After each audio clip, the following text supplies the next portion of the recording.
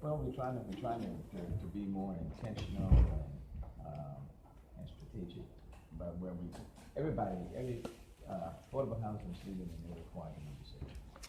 And in the past, city council has just pretty much kind of maybe approved them all and sent them all through. We recognize that more than half of these projects, for example, are not going to get tax credits from the Texas Department of Housing and Community Development. So we expect to get between maybe 8 and 10. Out of all of the ones intentional about doing is creating a certain matrix based on making sure that we weren't concentrating in any one particular locale, for example, that we were recommending issuing votes or resolutions of support for projects even in affluent areas and school districts that are doing well, not just trying to concentrate them all in certain areas that have been overpopulated. And I think when you look at this process that the Chronicle noted, I think we've been much more successful at doing that this time around. So we'll see which ones of the ones that we put forth resolutions of support will actually get the tax credits, and then they'll come back and then we'll vote on what sort of financial contribution we will provide to it.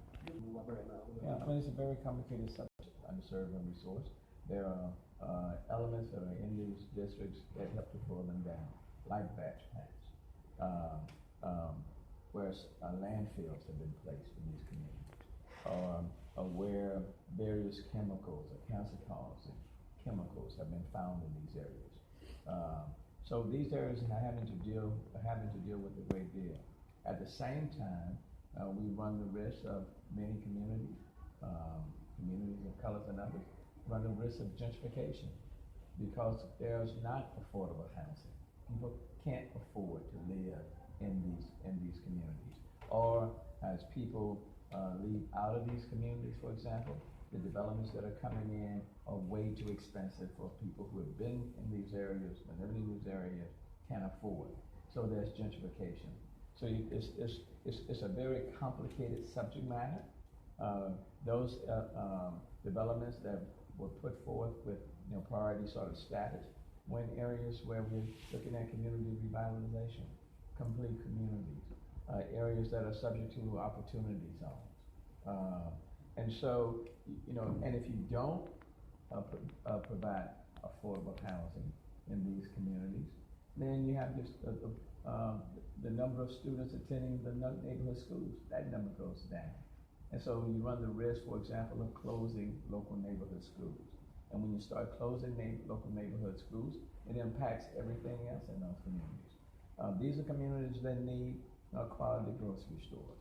We're focusing on parks and green space, business, job, retail opportunities. And in order to get those elements in these communities that are desperately needed, you need the population. So it's a very complicated issue. These communities are facing environmental concerns, environmental racism exists, and we're having to deal with that.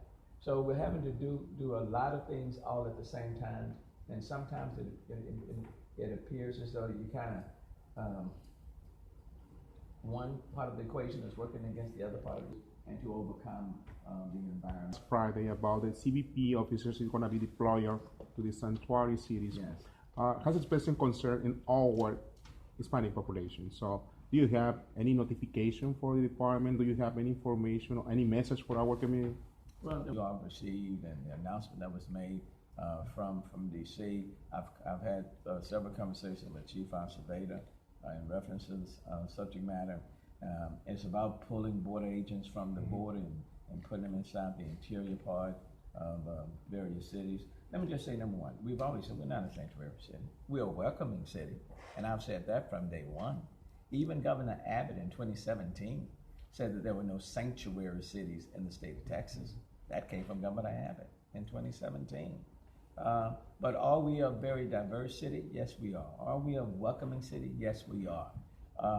And do we want people to take it to feel welcome and in the city? And the answer is yes. Look, HPD is not ICE. I've said it before. We're not going to be cooperating with ICE. Now, when it comes to violent criminals, okay, no one is providing any protection to violent criminals. people who are part of these gangs, so to speak, we want them apprehended or we want them out of here. So that has always been our position.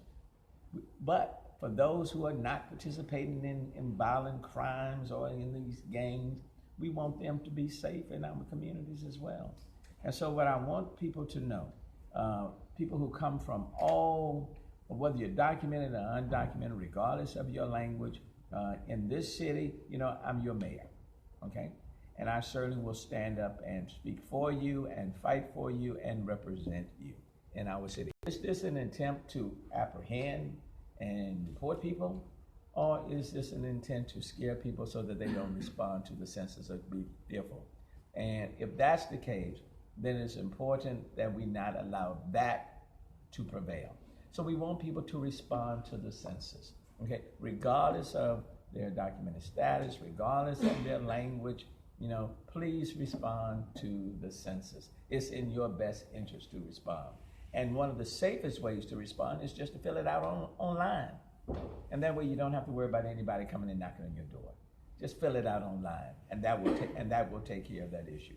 But let me just be very, very clear and say in the most simplistic form that HPD is not ICE. We're not participating with ICE, but at the same time, we're not trying to protect any violent criminal or somebody who's violated the criminal laws or part of gangs. We're not going to be protecting them either.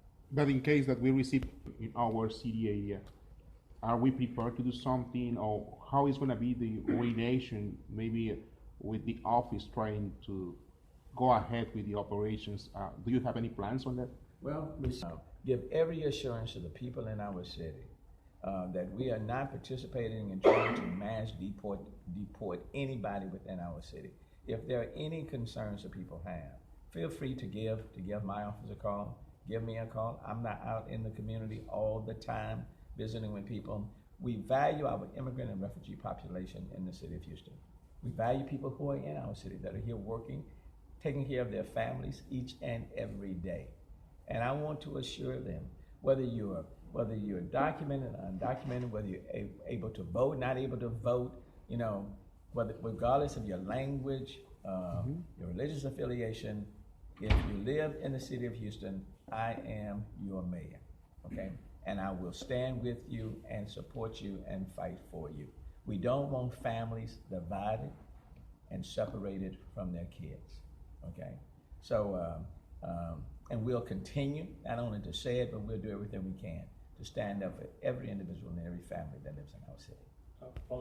Dan Patrick said on Twitter this weekend, President Trump is absolutely right to crack down on sanctuary cities, and Houston Police Chief Acevedo is wrong to call it political theater.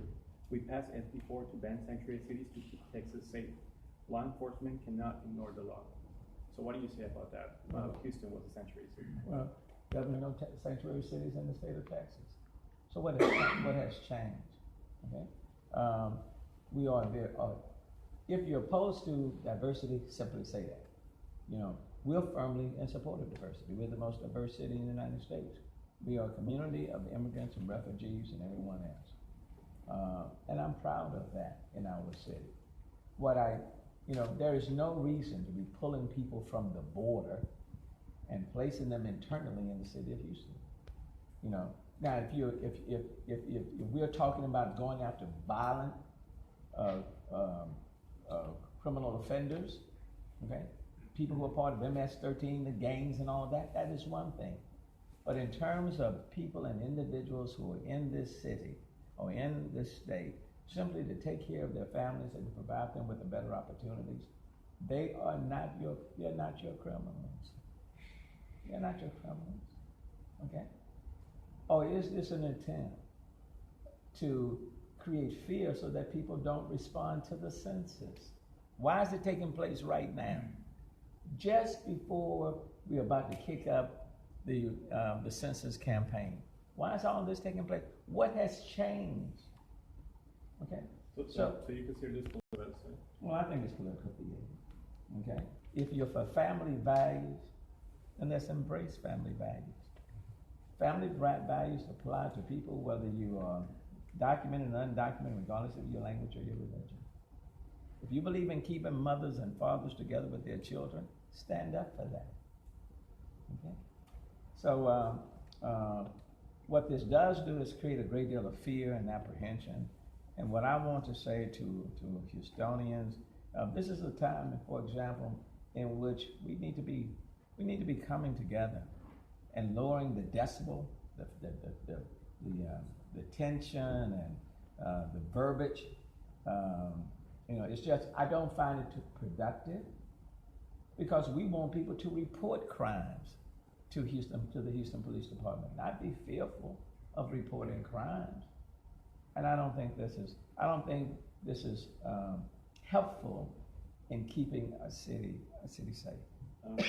Changing Hurricane Harvey claims, pretty much saying that it was an act of God. What happened during Harvey and all the people getting flooded. So, what's your opinion about that?